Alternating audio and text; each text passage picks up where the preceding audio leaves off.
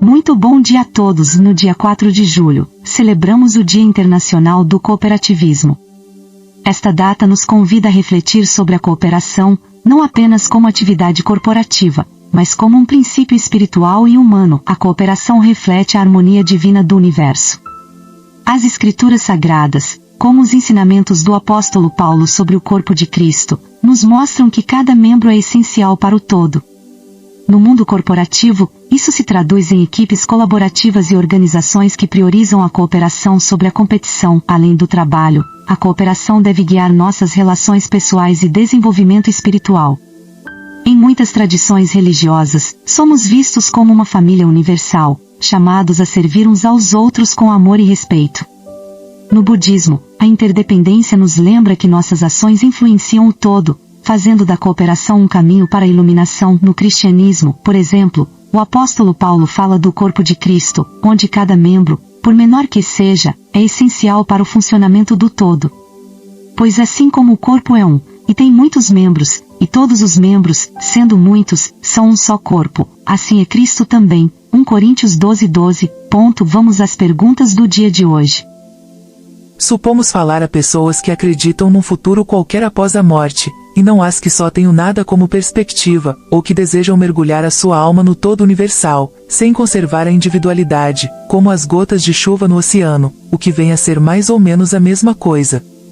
Se acreditais num futuro qualquer, por certo não admitireis que ele seja o mesmo para todos, pois qual seria a utilidade do bem? Por que reprimir-se? Por que não satisfazer a todas as paixões, a todos os desejos, mesmo à custa dos outros, se isso não teria consequência? Acreditai, pelo contrário, que esse futuro será mais ou menos feliz ou desgraçado, segundo o que tivermos feito durante a vida, e tereis o desejo de que ele seja o mais feliz possível, pois deverá durar pela eternidade. Teríeis a pretensão de ser uma das criaturas mais perfeitas que já passaram pela terra, tendo assim o direito imediato à felicidade dos eleitos? Não. Admitis, então, que há criaturas que valem mais do que vós e têm direito a uma situação melhor, sem por isso vos considerardes entre os réprobos. Pois bem, colocai-vos por um instante, pelo pensamento, nessa situação intermediária, que será a vossa, como o admitis, e suponde que alguém venha dizer-vos, sofreis, não sois tão felizes como poderíeis ser, enquanto tendes diante de vós os que gozam de uma felicidade perfeita, quereis trocar a vossa posição com a deles? Sem dúvida responderíeis, mas o que devo fazer? Quase nada.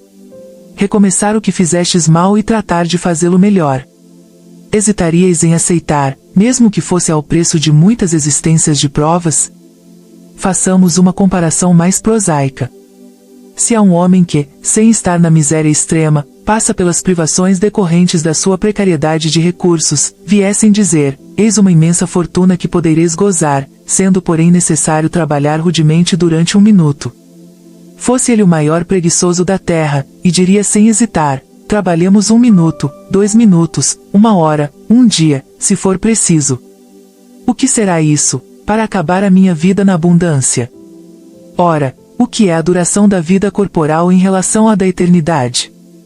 Menos que 1 minuto, menos que 1 segundo.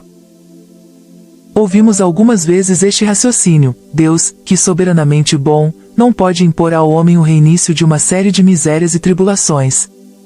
Acharão, por acaso, que há mais bondade em condenar o homem a um sofrimento perpétuo, por alguns momentos de erro, do que em lhe conceder os meios de reparar as suas faltas.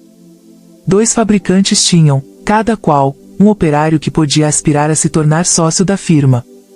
Ora, aconteceu que esses 2 operários empregaram mal, certa vez, o seu dia de trabalho, e mereceram ser despedidos.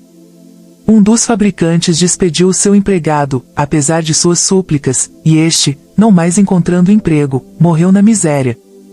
O outro disse ao seu empregado, perdeste um dia e me deves uma compensação, fizeste mal o trabalho e me deves a reparação, eu te permito recomeçar, trata de fazê-lo bem, e eu te conservarei e poderás continuar aspirando à posição superior que te prometi.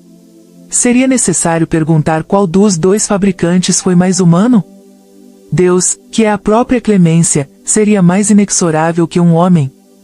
o pensamento de que a nossa sorte está para sempre fixada em alguns anos de prova, ainda mesmo quando nem sempre dependesse de nós atingir a perfeição sobre a terra, teria qualquer coisa de pungente, enquanto a ideia contrária é eminentemente consoladora, pois não nos tira a esperança.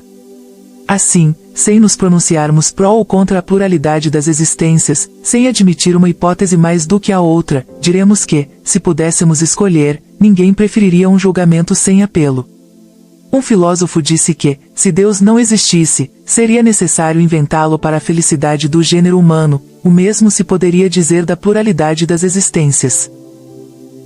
Mas, como dissemos, Deus não nos pede licença, não consulta as nossas preferências, as coisas são ou não são.